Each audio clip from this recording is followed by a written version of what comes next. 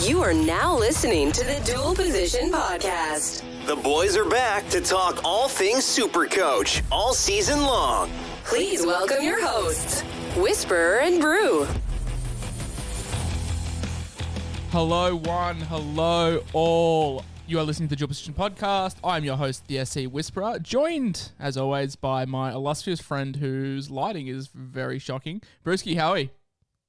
Yeah, good mate. How's it going? Good, mate. Good. I see you've busted out 6 or 7 torches to light up those walls behind you. No, I got the lamps on. I don't know why it looks so bad. Mate, how did last week go? I actually saw some green arrows despite scoring 1,040. I was definitely expecting to see red. We're up to 599, so literally one spot inside the top 600. How are the Brew World Order travelling heading into round 12? I lost 1,200 spots, so I'll be in, 7.2k, I think, if that puts me. 7398. There we go. It's There on the it is. screen. It is Silly on the screen. me. Try to include the audio listeners, mate. Not everyone can see. Yeah, 7398. So, yeah, I lost 1,200, but wasn't a disaster because I had a pretty crappy score, to be honest.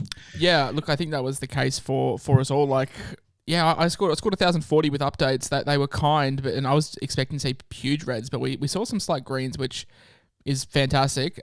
Some plenty to discuss today. Like there's plenty of ins, plenty of outs, and there's one cheapie who this podcast is named after, who you and I are both, I'm sure we're both keen on, and he is the 15th highest averaging player after just 2 rounds. And that is KIRAZ from the Bulldogs. We will touch on him, but there was plenty to unravel from TLT. The big one, obviously, we knew that Turbo was out for the season. We didn't know the exact route that Des wanted to go down. He has lent back on Garrick at fullback, which means Cooler stays in the centres. Not too surprising, but I mean, for Supercoach output, I would have liked to see Cooler at the back.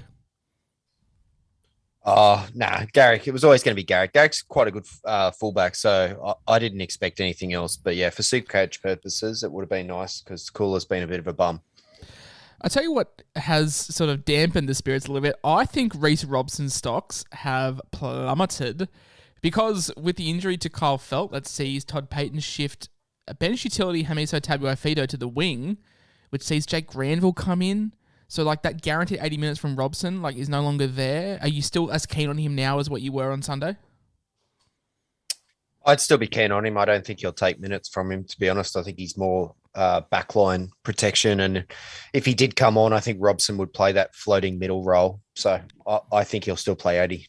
Cohen Hess in for Jason Tamalolo. The Lolo injury looks less serious than what we first thought. He's definitely going to miss this week, obviously not being named. But there's a chance he returns next week, which changes my output on him being a trade option. And we'll touch on that because he does feature in the top 5 most traded out. And I do have a differing opinion, but we'll touch on the Lolo situation in due time. Adam Reynolds still out, so we get another week of Ezra Mam. Not too sure if I'm happy about that or sad about it.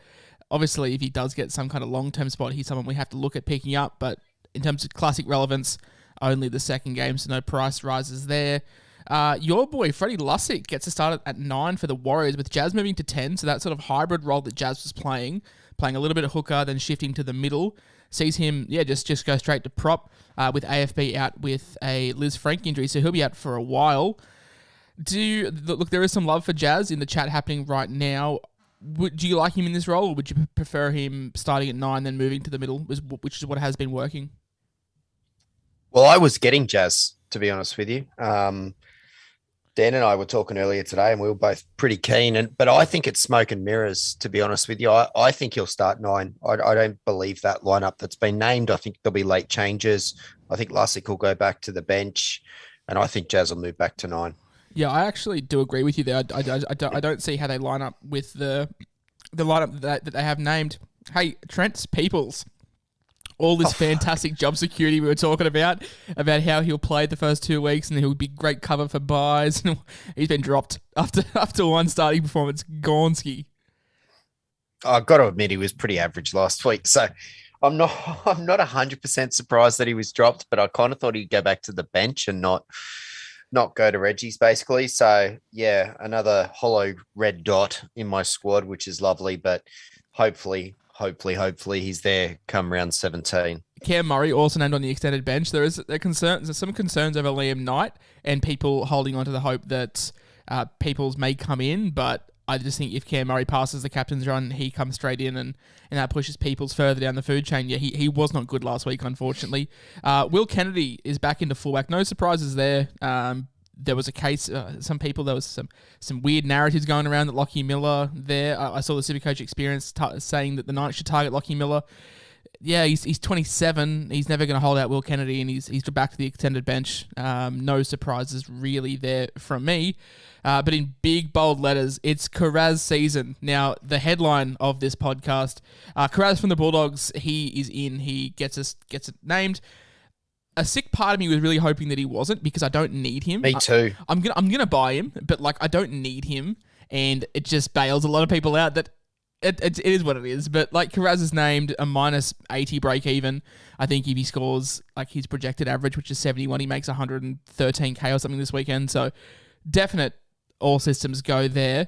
Josh Adokar also back in. We'll touch on KIRAZ in way more detail further on in this podcast, but yeah, to note that he has been named over Jaden Ockenbaugh.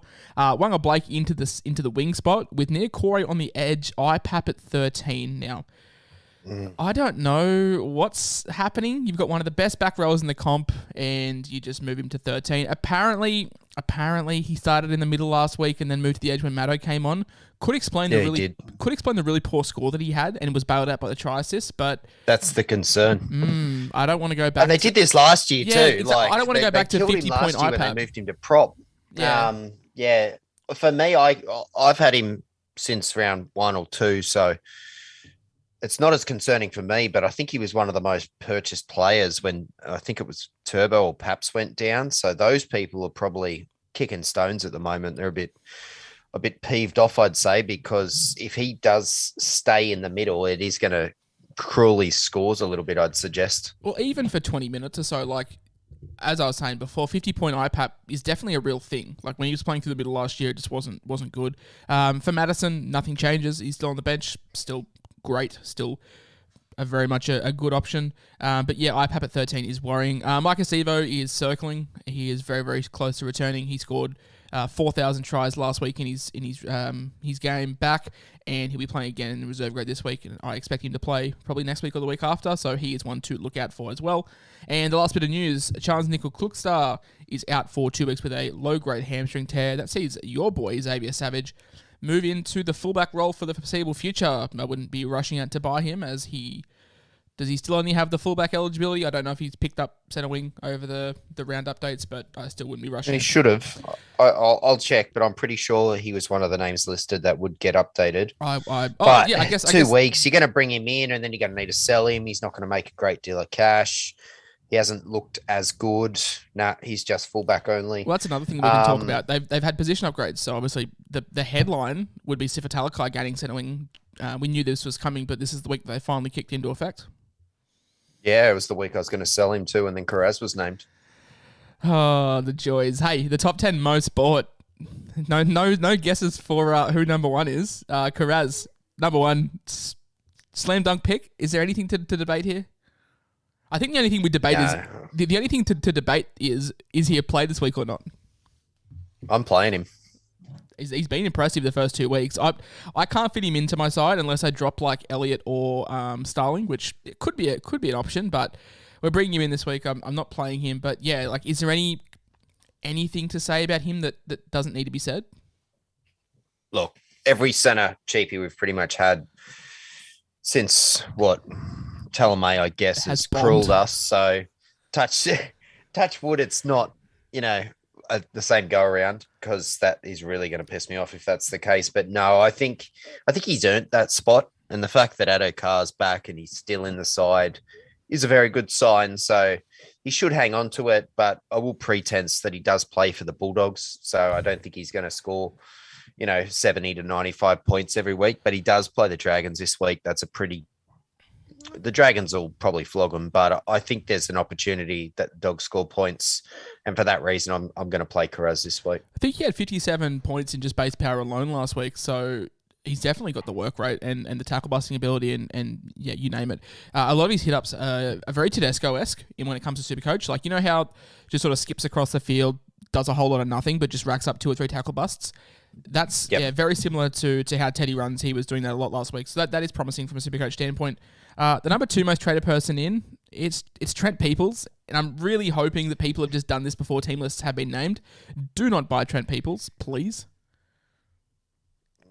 Yeah, that's has to hurt. Got to have been that has to have been a yesterday thing. So yeah, I'm sure that'll get updated.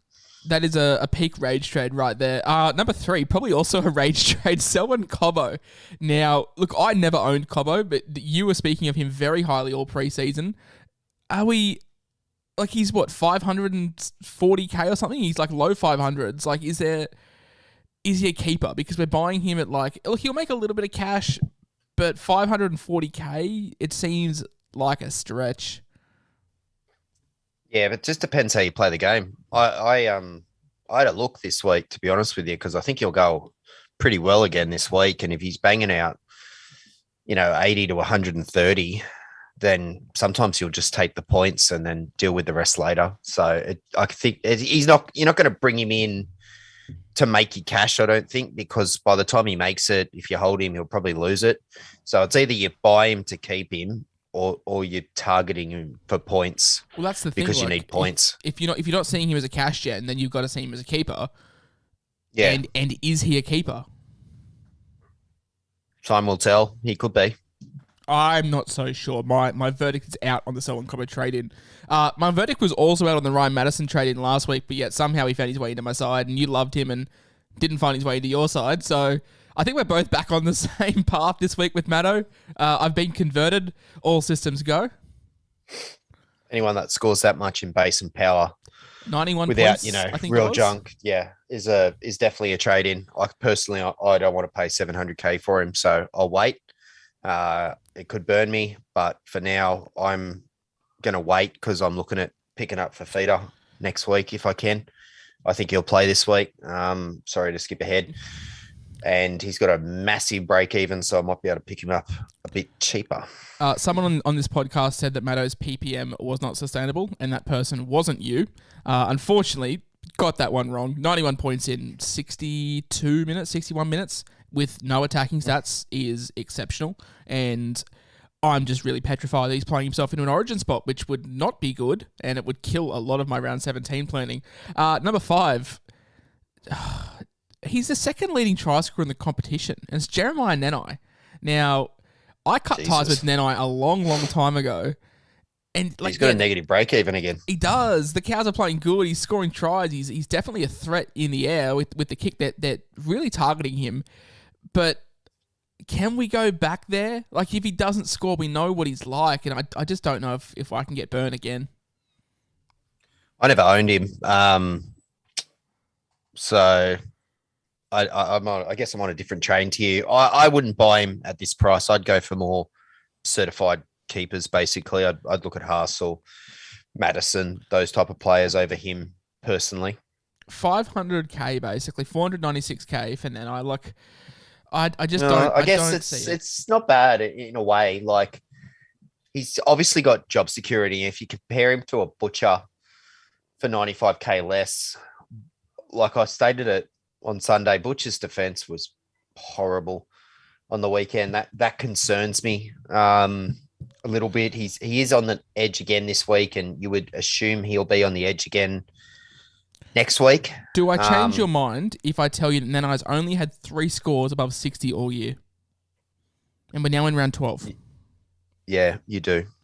100 in round round 3 against the Broncos. That was when he got the hat trick. He got 100 points as an edge forward. He got 91 points last week against Melbourne. I'm pretty sure he bagged a double. And he got 63 points against the Tigers in round 10. So apart from that, there's a reason why we sold him, because from rounds 4 to 8, he went 37, 30, 53, 37, 69. 59. 59.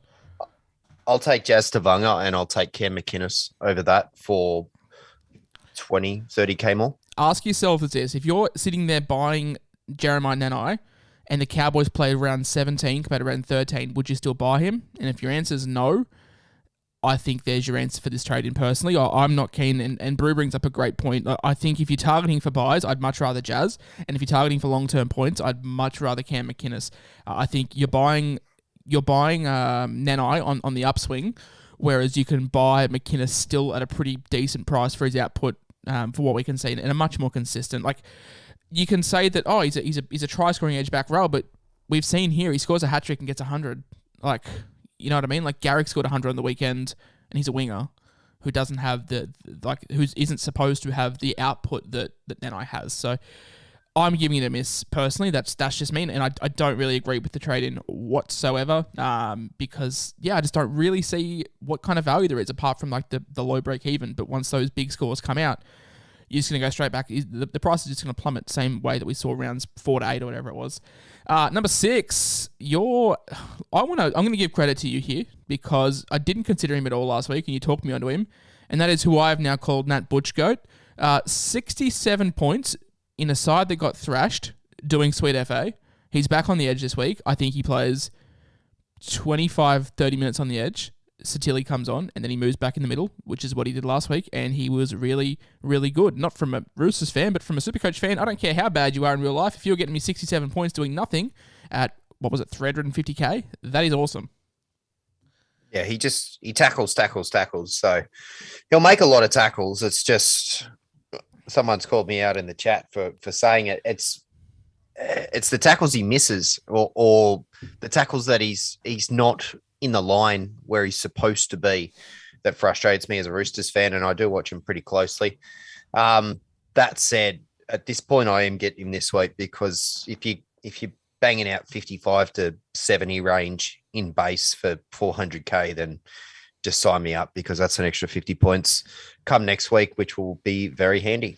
But unlike Nanai, Butcher has that 60 floor, but he's also got the upside. We've seen him. He had a 120-point affair when he played at the edge early this year, and he's 100k cheaper than Nanai. And if you're looking between the two, I think it's pretty clear as to who I'd be targeting. I don't know about you, but if you're looking between Nanai and Butcher, I'm sure you're leaning towards Butcher as well. Yeah, and 95k cheaper. And they're not going to play Penrith every week. Penrith's a different beast, man. Like, they're crazy this year. If it's not a Penrith Storm grand final, I'll be shocked. Penrith Tigers, mate, calling it. Number 7, Ruben Garrick. Now, you and I touched on this on Sunday. I'm a Garrick owner. You're not. I'm fine to hold, but I wouldn't be rushing out to buy, and I think you're in the same boat. Like, you're the non-owner on this podcast, and I am the owner, and I'm happy to hold him, but if I didn't own, I wouldn't be running out of my way to pick him up.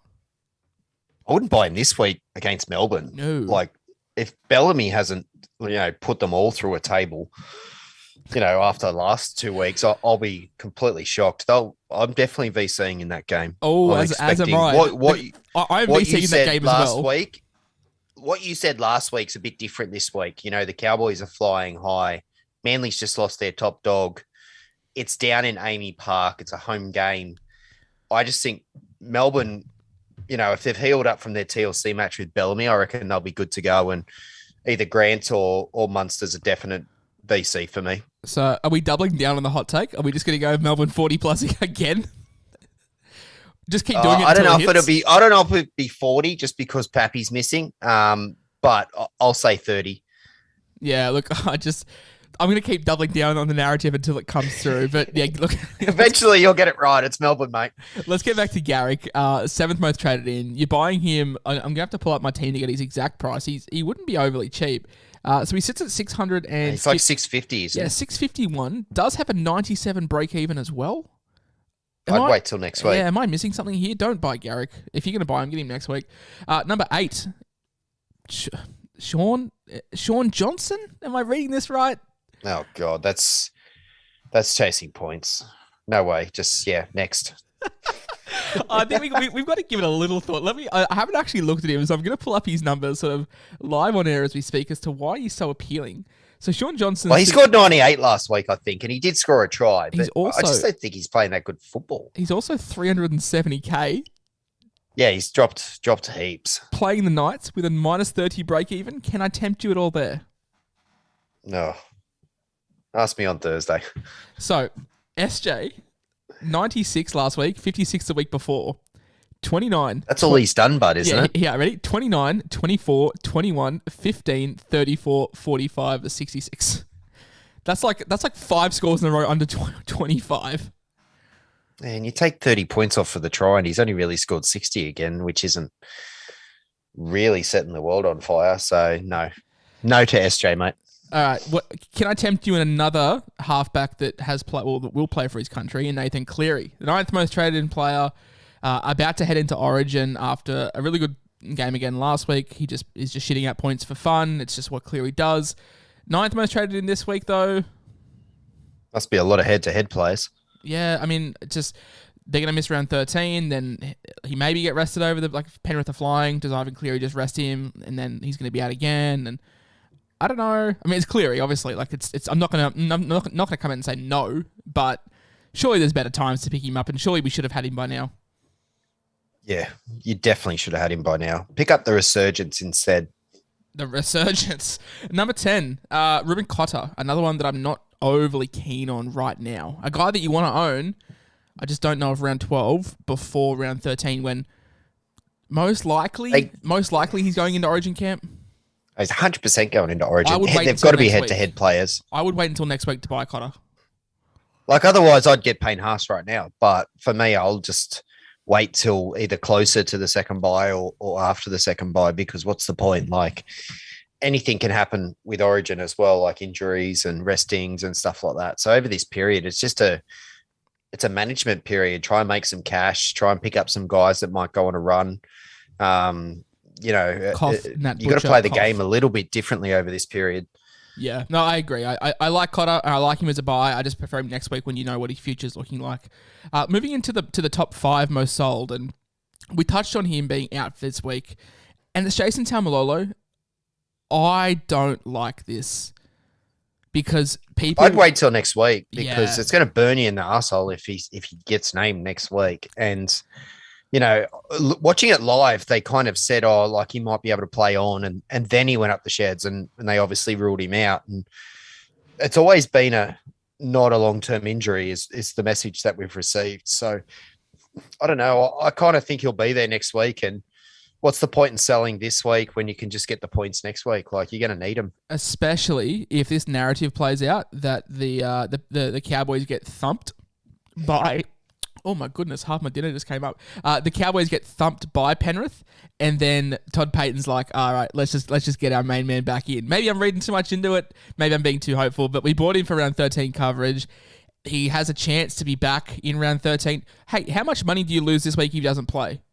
$0. Just hold. Unless you're desperate for the cash, we've been pretty blessed. And honestly, he's been scoring 20 to 40 points. Oh, he's lost all his cash. Pretty much everyone in your squad can get those type of points. So you're not really losing that much. No, look, if Sifa Talakai was out as well, with what we were worrying about, then I might change my tune. But no, look, I just think he's one man. Surely you've got enough depth to cover 50 points off the bench and roll the dice. I'm not trading out Lolo. Different story. If we come back next week at the same time, mate, and he's not named, then yeah. Then jump off. Definitely. Absolutely. Turn him into Tohu Harris. Turn him into Jas Davanga. Turn him into David Fafita if he's named. There's options next week, but wait till next week. Number 2 on the list. This makes sense more. It's Tom Trbojevic. Not much more to say, really. Yeah, he's dead. So, sell him. Number 3, Chris Randall. I feel like Chris Randall has been in the top 5 for the last month. Yeah, well, he was very highly owned and people are just chipping away. So you've milked his BE or you can milk him. So he makes sense. Number 4, Kelma Tuilagi. I think rinse and repeat what you just said about Chris Randall. Yeah, he's one of my sells this week. I would have sold him last week, but I had to hold him the extra week. So, yeah, jump off. Oh, that was because he came on and played like no minutes and got a very poor score and lost a bunch of cash. Number 5, a man that did lose a bunch of cash last week, probably going to lose even more this week, unless he can score 5 tries. Not too sure. Definitely on the cards. Xavier Coates. Interesting one with Coates. We've seen what he can do, and now he's doing kind of what I said in the preseason as the reason I didn't buy him. And, if you asked me 6 weeks ago, I was, throwing chairs because I didn't own him. And now I'm sitting there going, well, maybe it was the right decision because he's back to that no base, no tries. You're playing him for the upside, but then you're copping 10 to 15 points. So, yeah, it's a 50-50 call, but with Melbourne going into Origin with a lot of representation, including possibly Coates himself, I think it makes sense to sell. He at the time of recording last week, he had made 200. He had made 210k. Awesome. I bought him. I sold him last week, so I made a fair chunk of change there. Last week he did sweet FA, lost 100k. This week he has 132 break even, and if he doesn't score a try again this week, he will lose nearly another 100k and have lost basically all the money that he has made in 2 weeks. And Good. I'll see you in 4 weeks. that's the thing. Like, if you're going to hold, just know that like it's going to be all in or fold every hand. Like it's gonna be so volatile. And I jumped off last week. I was happy, but there is a real possibility he could just score like 400,000 tries this weekend and score 150 points. But 132 break even, it is concerning because we know that he doesn't have the work rate to really even try and halve that BE. I don't think he's going to get that on his best day. You know, if he scores 3 or 4 tries, like what did he score when he got 4 tries? About 130? He scored, after I just pulled his profile down, he scored 123 against the Warriors. That was when Edward Cossey, Edward Cossey did not have a good game. And then the week after, he scored 116 against the Knights. Since then, he's gone 31, 8, 16. And before those 200 games, he had 18 against the Sharks. He had 15 against the Raiders. So when the man doesn't score, he gets you sub 20, and he could definitely lose all the money that he had made in the last month. Yep. Sell. Awesome. That's going to do it for... Oh, what the hell has happened on my screen? Oh, okay, we're back. We're going to take a quick 5-minute break, whatever, as we normally do, and then we will get into our best captain options for the week. We will go back over our hot takes, and we will give our trade talks. So sit tight, sit pretty, and we will be back very, very shortly.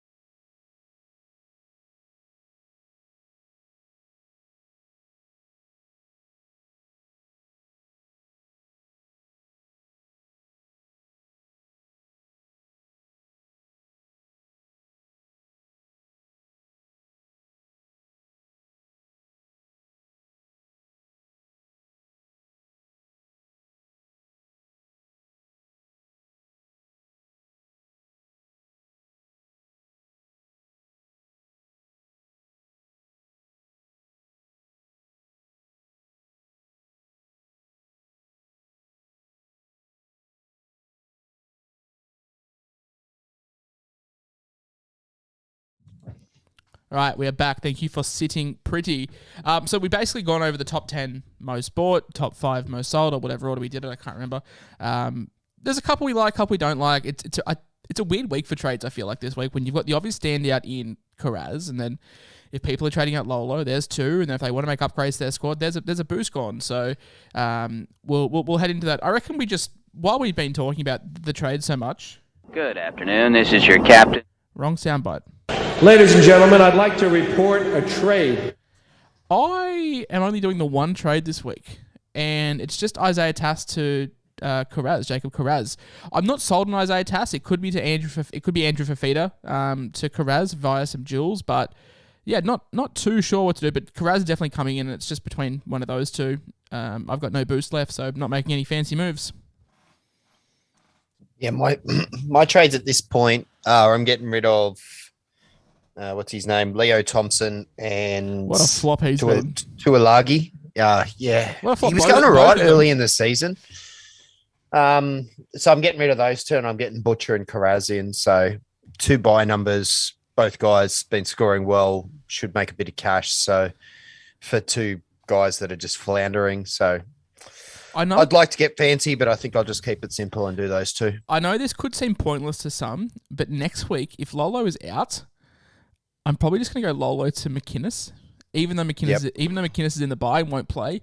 If Lolo plays and Cotter plays, I have 15 players for round 13. I don't know where that's come from. Like I just all of a sudden got like a heap of players. So if I can start cutting them down to like McInnes, like that'd be great, especially if Lolo's out. So I don't particularly mind that. But yeah, KIRAZ is definitely coming in for me, as he should be coming in for most people. Good afternoon. This is your captain speaking. Okay, we're doubling down on Melbourne. Yeah, absolutely. Yeah, I think Melbourne will get it done. They'll bounce back hard this week. I've put here, can we trust the Melbourne bounce back? Munster with Hughes or Grant back to 9? I think it's pick your poison with the 2 of them. Yeah, exactly right. And I don't know which way to tell people to go because I haven't decided. At the moment, I've got it on Munster, but I do kind of like Grant to really do some damage up the ruck this week. With my VCs, I'd rather go 200 points or 0. And I don't know if Grant has that massive score in him. So for that reason, I'm probably leaning towards what's his face? Bloody Munster. And the only reason why I'm going this game is because I think the only loop option I have is via Isaiah Tass or Jason Tamalolo. Sorry, if I trade out Tass, it's only through Jason Tamalolo, who plays the next game on the Friday. So I'm probably going to... Peoples? I don't own Peoples because I'm not a silly duffer and didn't go a week early.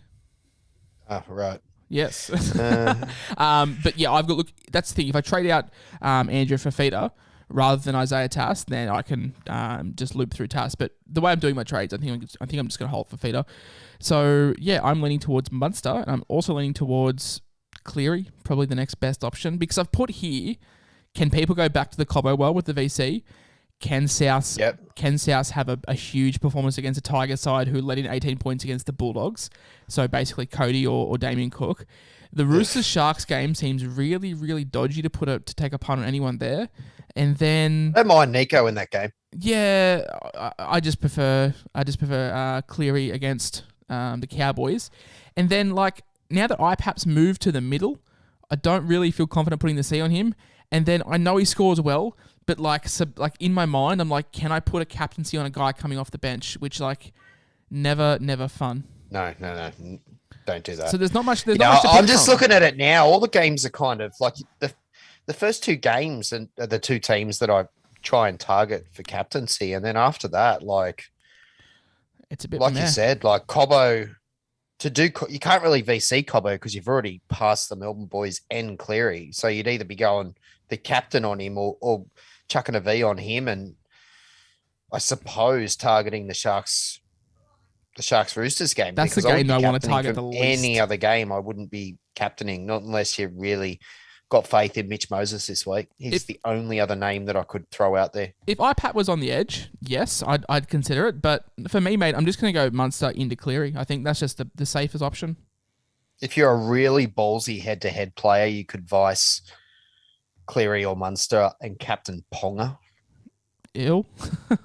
But yeah, I don't like saying it, but they are playing the Warriors, and the Warriors leak a shit ton of points. Isn't Clifford Ponga has looked a little bit better lately, so Isn't Clifford back? I wouldn't do that head to head. I would head to head players only, not overall. Don't do it if you're an overall player. But yeah, it's kind of ugly. You got to go early this week, I think. You do, which will make it interesting. Okay, so hot takes.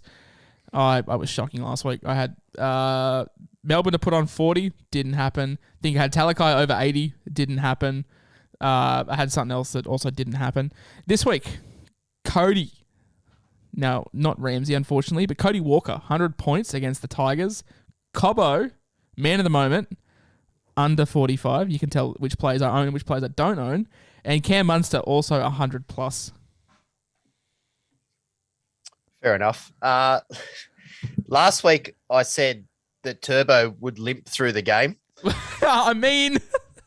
I savaged the man. He limped savaged him. He limped off the game. Yeah. I said that Gutho would go 90 plus and be the first try scorer. So I'm a little bit dirty that try got disallowed because that's exactly what he would have done. And I said that Cleary would ton up, which he didn't quite do. So none of those are actually, well, I don't know if we give me Turbo or not. None of those actually nailed, but they were all pretty close. It's funny, it's funny that we tip Cleary for 100 plus, and when he gets 85, it's like, oh, you bastard! How disappointing. All right, so I'm gonna go James Tedesco to get a ton this week. I'm gonna go for the Bulldogs and Dragons game to be under 6 points, as in the margin, but I don't know who will win, but I think it will be less than a 6 point margin. So that's a bit of a random one. And I'm going to go for Selwyn Cobbo to not get any tries this week and for Katoni Staggs to get one. Yeah, I think in that game. That goes hand in hand with my Cobbo under 45 play. Yeah, hopefully. I'm sick of seeing. It's got to change eventually. So let's hope it's this week. You know, you got Big Brother versus, half step brother or whatever it is. the weird third child. Yeah. Little Brothers, North Queensland. So I don't know what that makes the Titans or the Transformers, as my son calls them.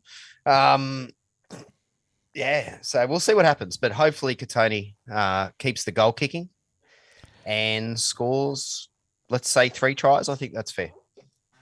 Yeah, that's fair. When it comes to questions, I've been getting a lot of sort of questions about David Clemmer, believe it or not. Like he's been on fire. Trade him in. Simple as that, or? Yep.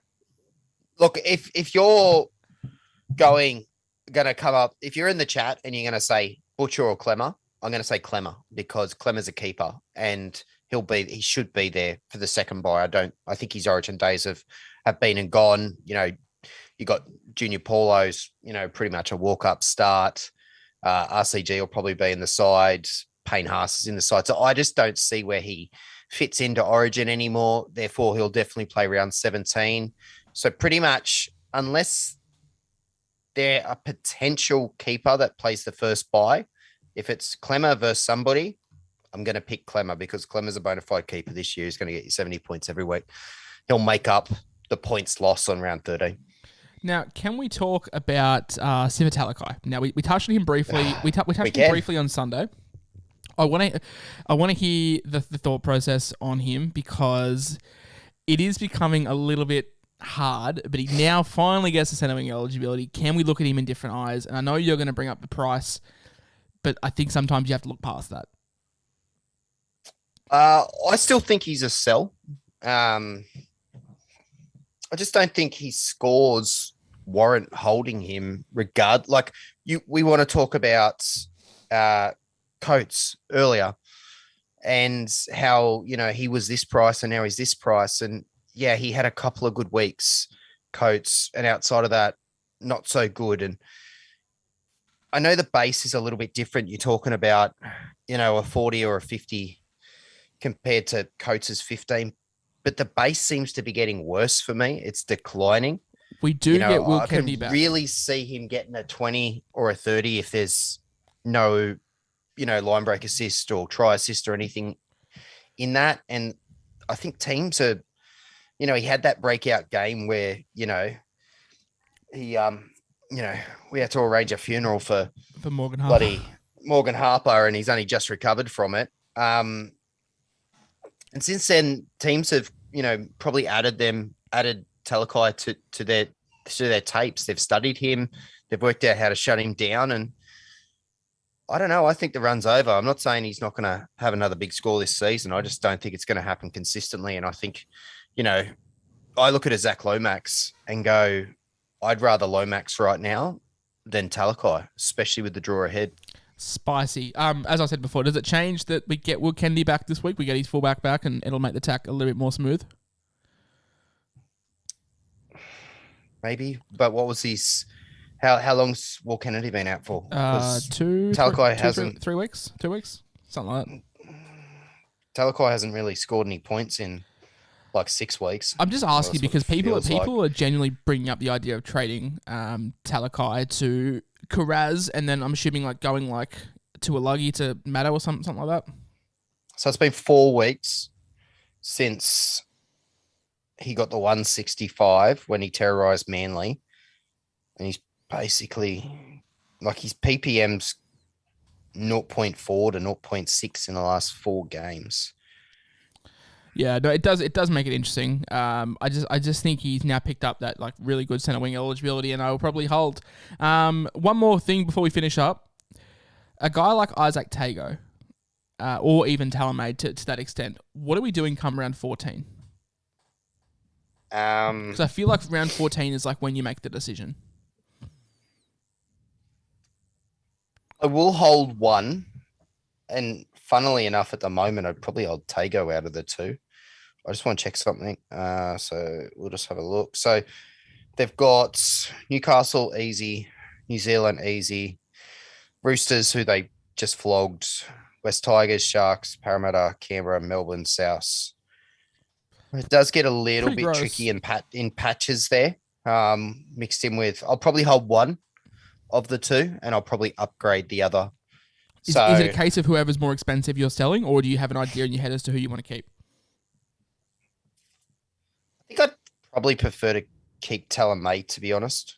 I just feel like being the winger, he's probably going to end up with more tries of the 2. So if they do, get a bit more fluent on that left-hand side again, May will probably be the one that falls over the line on the back of it. So I'll probably keep May, which will actually help me out a little bit because I still got Tago and Talakai in my second row anyway. So it might make things a bit easier, a bit more simplistic when I make my longer term plans for what to do in that position. Now, very, very last one. I saw you were flexing a certain Dragons asset on your Twitter today. I thought it may have been Makali Ravalawa at 260k, but it turns out it was Cody Ramsey. Tell me about Cody. Tell me if there's any value or if it's just... Don't get me wrong. He scares the shit out of me. But I think my point on Twitter today was that they've got two hard games basically between now and round 18. And those 2 teams, the Cowboys and the Broncos, who they play on round 13, they play the Cowboys 2 days after Origin. I can't really see any backups for the serious guys. So they'll be affected by Origin, which is a good week to play them. And then they play Broncos on the second bye week, which means, again, they'll be missing players. How many? Probably not as many as they used to miss, but they'll still be missing guys. So that's 2 pretty good weeks to play 2 of the top 4, top 5 sides, wherever they finished at the moment. The rest of it's just your dregs, really. So, they play South in there. South are playing like bustards. They play Canberra in there, currently in good form, but they're very up and down that side. They've got the Bulldogs this week, who potentially they could stomp all over. I think Ramsey's won the spot. McCulloch was raised to me today. Oh, what about McCulloch? Well, McCulloch's in the side now. And I think Mbai was only really thrown there. Can you just explain to people why McCulloch would have any relevance on Ramsey for anyone not following? So the Mbai obviously was playing fullback. Ramsey and Sloan have kind of moved in there over the last 2 or 3 weeks. Now it looks like Ramsey's got the chance. He's looked the best out of the lot that have played in the fullback slot. The concern, I suppose, was that McCulloch comes in, Mbai goes back to fullback. Ramsey's missing his job again. Not going to be the case. It looks like Mbai will play the 14 role. that McCulloch, after this week, if they don't do it before kickoff this week, will go back into the 9, and Ramsey's got his crack at last in the fullback slot. So, a fullback that you can pick up for sub 300 with a good run ahead. Yeah, I did this last. I did this bye. last year though. I did this with the exact same player, and it's become a meme. Yeah, I know it has, and maybe I'll become the meme. I really want to do it this week, but KIRAZ, unfortunately, is kind of takes precedent. 100k cheaper. Yeah, I have to. He could make 80 100 grand this week, and he plays the buy. So KIRAZ is a non-negotiable. I suppose I could overlook Nat Butcher, but then I'm risking a safe 60 versus a potential 10. Probably, yeah, like a 10 or 100. But obviously, there will be more cash growth in Cody, and I'd have more change left over. So that's always a debate. I'm going to skip it this week, but if anyone's good for numbers and they really want a smoky pod this week that could go large, I quite like Cody Ramsey if you go on the cheap. If you want to pay a bit more, I really like Zach Lomax this week too. Goodness gracious, man. I did not think we'd ever come full circle on the Cody Ramsey narrative. And I think that gets to a point now in the podcast where both our brains have become quite fried when we may be suggesting picking him up. I've been your host, Jesse Whisperer. You've been listening to the Dual Position Podcast. I am the coach of the Ramsey Resurgence, ranked 599th, as always, joined by Brew, coach of the Brew World Order, ranked 7398. We'll be back here on Sunday to wrap up the round, and we're going to wrap up after Cam Munster scores 160 points. I'll take it. That would be good. Definitely. All right, guys, stay safe. Be kind. All right. Whatever. Bye. Bye. All right, we're going to answer a couple of YouTube questions the next 5 minutes or so, and then we will finish up. As usual, people are asking for turbo targets or turbo trade targets, and I've got no idea who to suggest. Someone's asking for Teddy in the chat, but I don't know who. I don't even know who to recommend. Yeah. Dylan Edwards? Question mark. I'm just playing Hines there, to be honest with you. Yeah, I've moved Hines back down as well. If I got Cody this week, Cody was going to be my fullback. Someone also said in the chat we shouldn't be captaining people against the Cowboys because they have the best defense. We're not. I think we're both VCing. Yeah. Are you talking about? I think it's Tom. I think Tom in the chat said that don't captain against the Cowboys, but we're not. We're vice captaining. Oh no, it's against Penrith. No, it's Penrith. But it's Cleary.